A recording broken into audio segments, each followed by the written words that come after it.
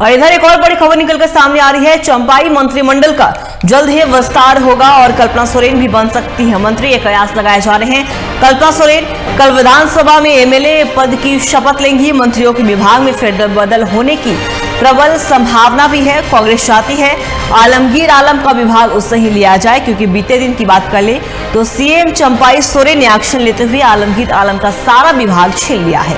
Congress JMM दोनों चाहते हैं आलमगीर आलम जल्द इस्तीफा।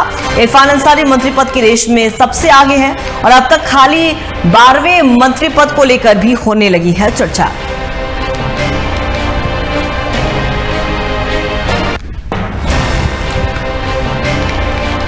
चंपाई मंत्रिमंडल का जल्द होगा विस्तार, कल्पना सोरेन भी मंत्री बन सकती है, ऐसे कयास लगाया जा रहा है। ये चर्चाएं जोरों पर है। कल्पना सोरेन कल यानी कि 10 जून को विधानसभा में एमएलए पद की शपथ लेंगी। कल्पना सोरेन की बात करें, गांडे विधानसभा उपचुनाव उन्होंने भारी मतों से जीत हासिल की।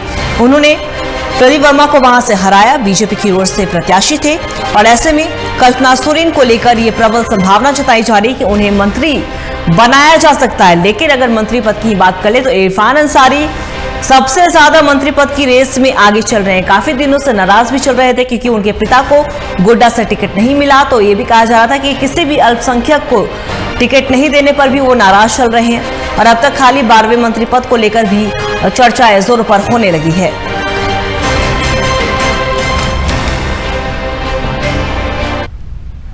और इसी खबर पे और भी ज्यादा बातचीत करने के लिए हमारे स्टेट हेड राकेश जी हमारे साथ बने हुए, उनका रुख करेंगे। राकेश जी, चंपाई मंत्रिमंडल का जल्द विस्तार होने की हमें सूचना मिल रही है और ये भी कहा जा रहा है कि कल्पना सोरेन भी मंत्री बन सकती है। क्या लग रहा है, क्या कुछ प्रबल संभावनाएं हैं फेरबदल की?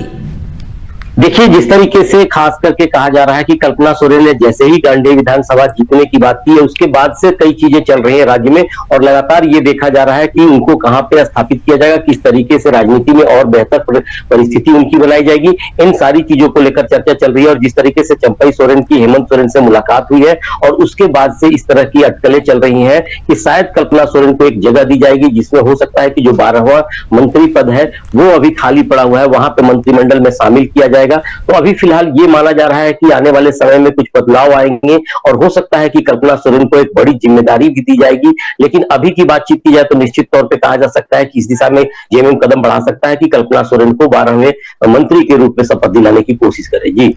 देखिए राकेश जी, हम बात करें तो इरफान अंसारी भी काफी ज्यादा रेस में नजर आ रहे हैं मंत्री पद की। हालांकि इन्हें इरफान अंसारी की बात करें तो काफी अलग अंदाज में नजर आते हैं। कुछ दिन पहले की बात है जब टिकट जब बांटा जा रहा था कांग्रेस की ओर से और इंडी गठबंधन की ओर से, तो वो खासा नाराज भी चल रहे थे क्योंकि गोड्डा से उनके पिता को टिकट नहीं मिला था।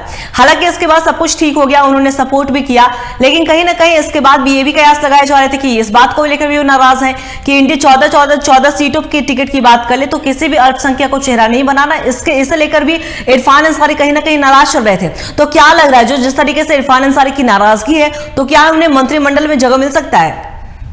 देखिए, इरफान अंसारी लगातार इस बात का जिक्र करते आए हैं कि उनकी भूमिका किस तरीके से राज्य में हो सकती है और किस तरीके से जब वे आए थे जीतकर उस समय उनको मंत्री मिल नहीं पाया था और अल्पसंख्यक के नाम पे उन्होंने इस बात का जिक्र किया था। साथ ही साथ कहा था कि एक बार अपने पिता के नाम को लेकर के राज्यसभा भेजा जाना चाहिए, इसके बाद से लोकसभा के चुनाव की टिकट की मांग की थी। और अभी की बातचीत की जाए तो 12वां मंत्री पद जिस तरीके से खाली है उस पर उनका सवाल है कि आखिर उन्हें उस रूप में क्यों नहीं शामिल किया जा रहा है। ये सारी चीजें पहले से चलती आ रही है, लेकिन अब जाकर जब शुरुआत शुरू हुई है कल्पना सोरेन के नाम को लेकर के, तब इस बात की चर्चा तेज है कि इरफान अंसारी फिर से एक बार कोशिश कर रहे हैं कि उनको भी मंत्रिमंडल में शामिल किया जा सके और ऐसी बातों को लेकर चर्चा चल रही है। और हो सकता है कि इस बार फिर से मुखरता के साथ कुछ बातों को जनता के सामने, अपनी पार्टी के सामने और गठबंधन दल के नेताओं के सामने रखने की कोशिश करेंगे। जी राकेश जी, आपका बहुत बहुत शुक्रिया तमाम जानकारी के लिए। आप बने रहिएगा खबर पे, हम आपसे लगातार अपडेट भी लेते रहेंगे। तो बता दें आपको कि चंपाई मंत्रिमंडल का जल्द ही विस्तार हो सकता है। कल्पना सोरेन